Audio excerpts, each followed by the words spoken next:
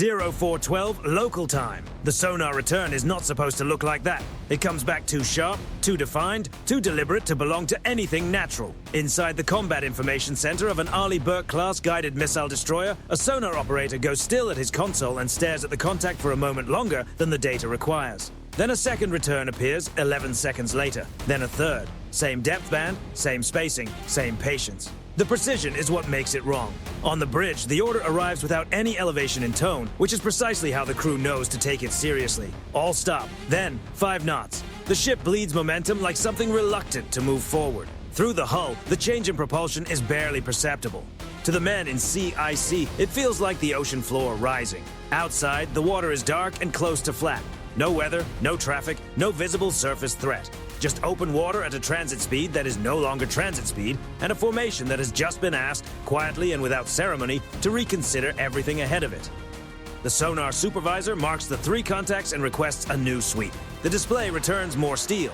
1 return becomes 2, 2 become 5, 5 become a line of objects spaced across the projected route ahead with the kind of symmetrical patience that does not occur in nature. A mine warfare officer crosses the compartment before the word is spoken. He speaks it anyway.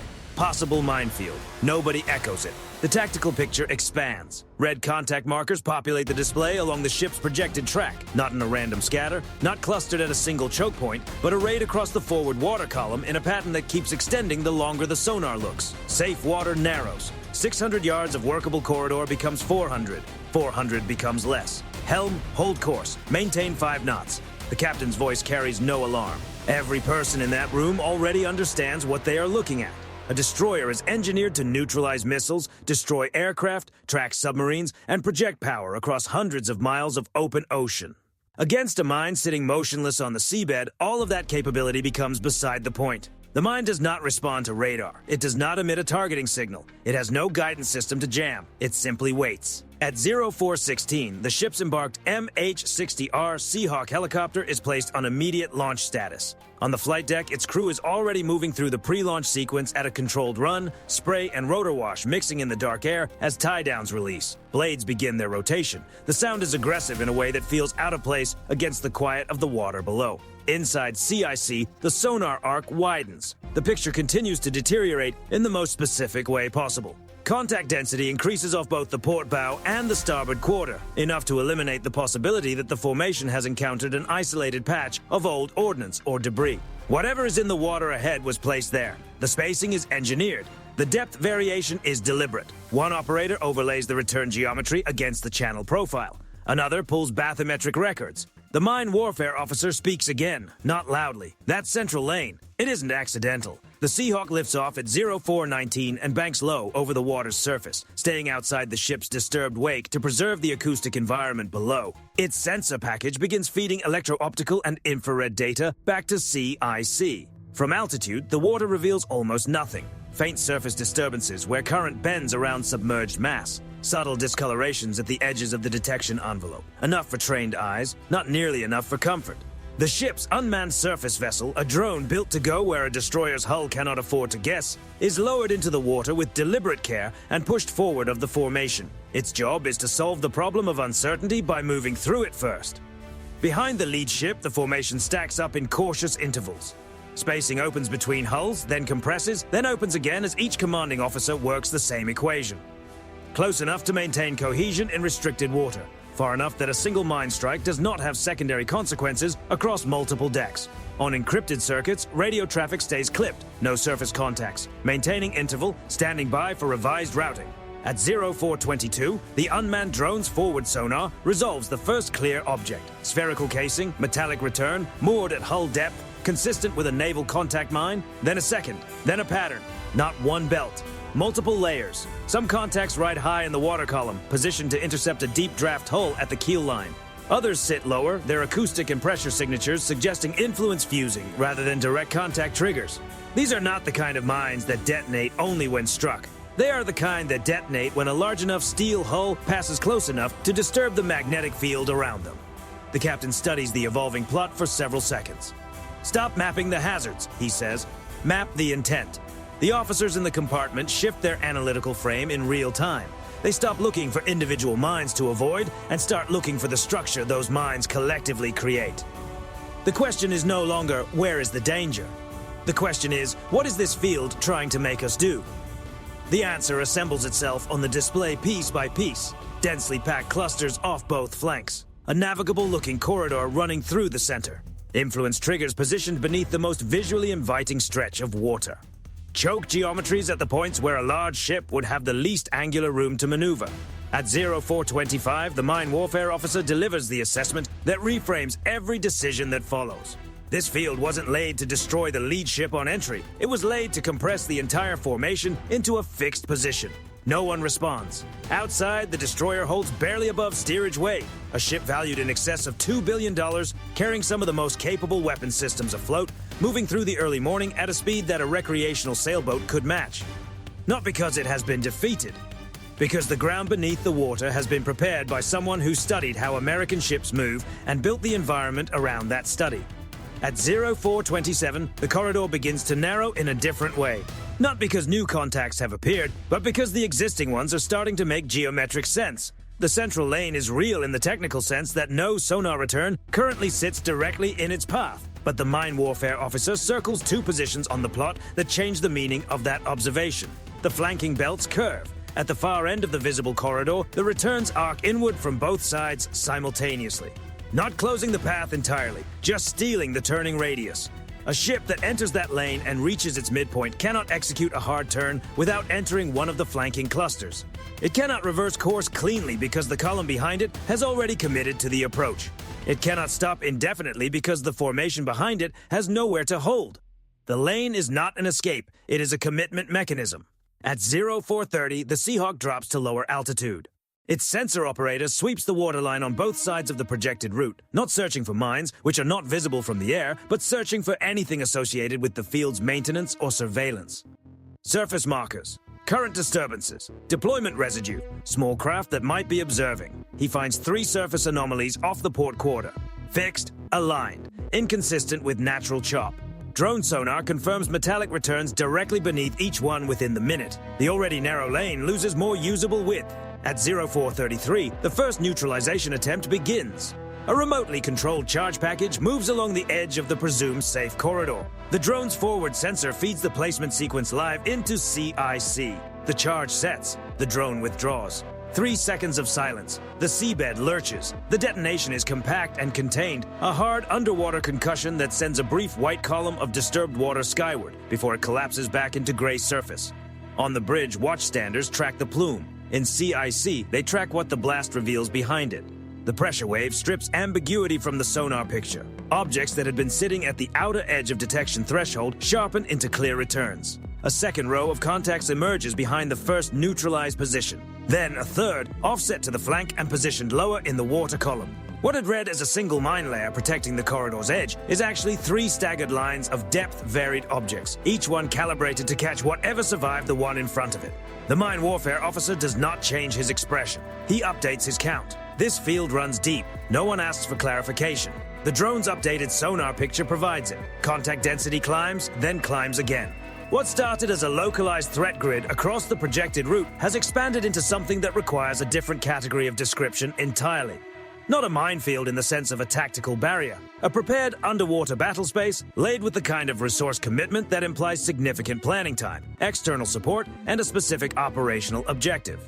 By 0438, the full formation is inside the problem. A cruiser farther back in the column reports reduced maneuvering room. A second destroyer signals that wake interaction is creating complications in station keeping. The ships cannot spread wide without entering uncleared water. They cannot close the interval without compressing the column into a target stack that solves targeting problems for anyone watching from the outside.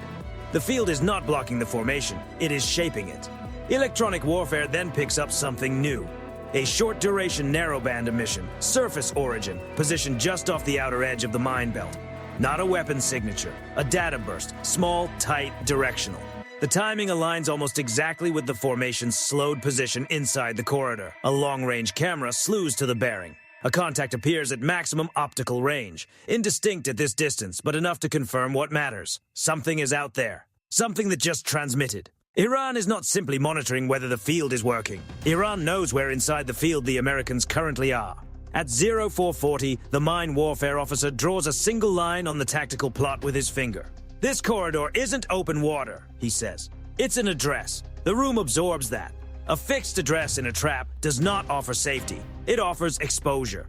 The lane ahead is not where the formation might survive the minefield. It is where the formation would be precisely located, at reduced speed, with compromised maneuvering, exactly when any follow-on action would need them to be.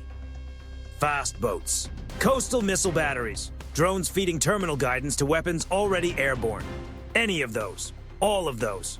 Or none of them yet, because the field by itself, holding a billion-dollar formation at 5 knots in the dark, is already a form of leverage. The captain looks at the plot, then at the projected track beyond it, then at the flanking clusters that eliminate the turn radius, then at the corridor that delivers his ships to a known coordinate. He gives an order that surprises no one who has been tracking his thinking for the last 20 minutes. Rebuild the field from scratch. Find the architecture. The formation stops trying to navigate the trap. It begins preparing to dismantle it from the inside.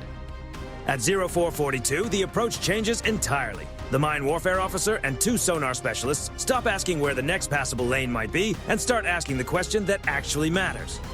What is holding this entire field together as a functional system? A minefield this large and this deliberate is not a collection of individual hazards. It is a network. Networks have load-bearing elements.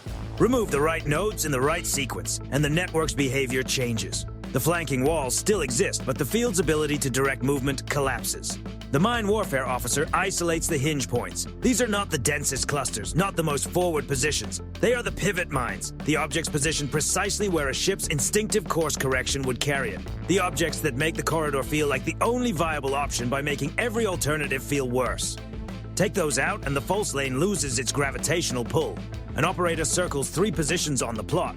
These aren't here to destroy anything first, he says. They're here to make us keep choosing the same path. At 0445, the Seahawk shifts from observation to active marking support. The crew flies tight, disciplined legs over the outer field boundary, logging reference coordinates tied to real-time drone sonar returns. No ordnance, no aggressive maneuvering, just precision positioning and a continuous data feed to CIC. The drone begins moving laterally for the first time all morning, tracing the edge of the first hinge cluster rather than advancing through the corridor. The lateral pass confirms what the plot had suggested. The field's geometry was designed around a specific entry angle and a specific expected behavior under pressure. It was not designed to be analyzed from multiple approach vectors simultaneously. The architect planned for a ship moving forward under stress, not a ship that stopped, mapped the structure, and started working inward from the edges. At 0448, the first deliberate disruption charge goes against a hinge position. Not the nearest mine, not the largest return on the sonar display, the right one. A small neutralization package places against a contact sitting just off the apparent center line of the false lane, the pin that holds one bend of the funnel in its intended position. The drone withdraws. The sea kicks once. When the sonar clears, the corridor has moved. Not by much, but enough to matter. A secondary cluster appears to port that the previous geometry had been suppressing, exposed now by the changed pressure pattern, stripped of the positional logic that had hidden it inside the larger field structure. The false lane has lost its first anchor point. Nobody marks it as a success. They move to the next hinge. The following 20 minutes are not dramatic. 3 additional controlled charges placed against internal control points selected for their structural function rather than their proximity or size. Each detonation does less physical damage than a single round from the ship's 5-inch gun and more damage to the field's operational logic than Iran can easily compensate for. The corridor that had presented itself as the only viable route through the field begins to lose its definition.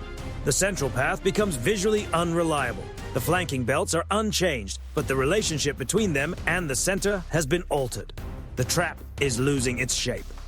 At 0455, the small surface contacts that had been holding at the field's outer boundary change behavior.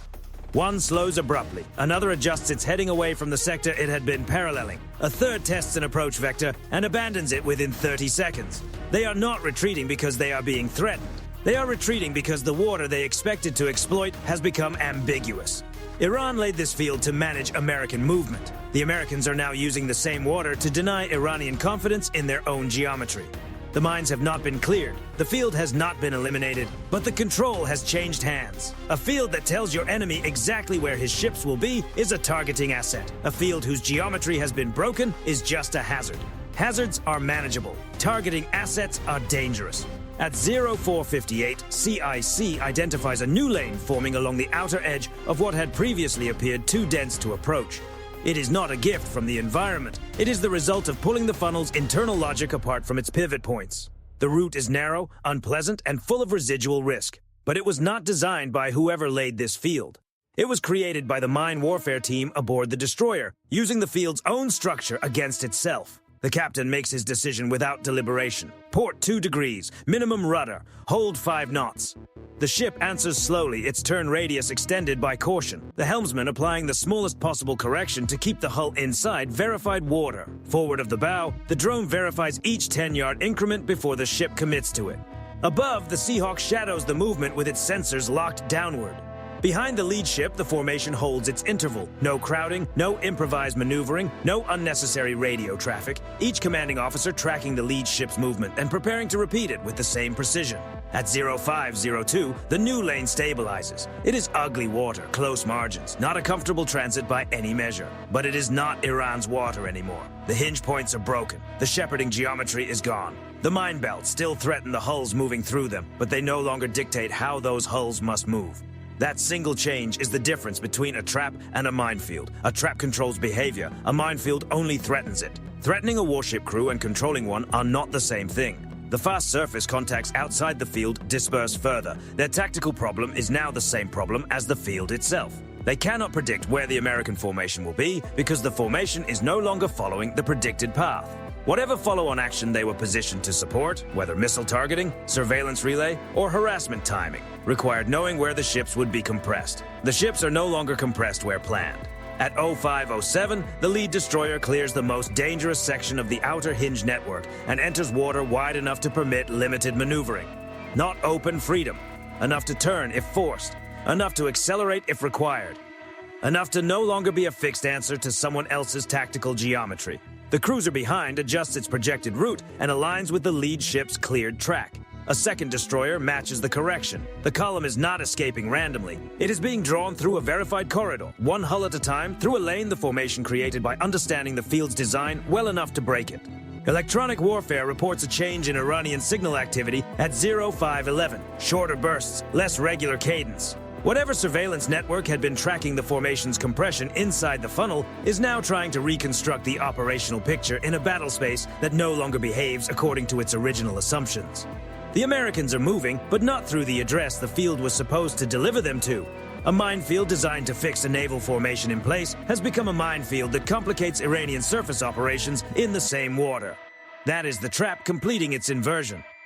At 0514, the second major hull in the column enters the new lane and clears its first verified stretch without incident. The captain receives the confirmation and gives 2 words in response. Maintain sequence, no elaboration. Every sailor on board understands. Preserve the spacing. Preserve the discipline. Do not create a new variable for the field to exploit. The destroyer's speed increases by half a knot, just enough to improve steerage with a fraction more confidence than 5 knots permitted. Overhead, the Seahawk widens its orbit. Behind the lead ship, the formation begins to reassume something resembling ordered transit rather than compressed survival. At 0519, the mine warfare officer gives the morning's final assessment. Threat geometry broken. Transit restored. Not minefield cleared. Not enemy defeated. Not area secured. Threat geometry broken. Because that is the precise description of what actually occurred. Iran constructed this field to execute a specific decision sequence against an American formation. Slow the column's advance, channel it into a predetermined location, strip away its room to maneuver, hold it long enough for follow-on pressure to become decisive. The mines were not the weapon, the geometry was the weapon, the mines were just how the geometry was enforced.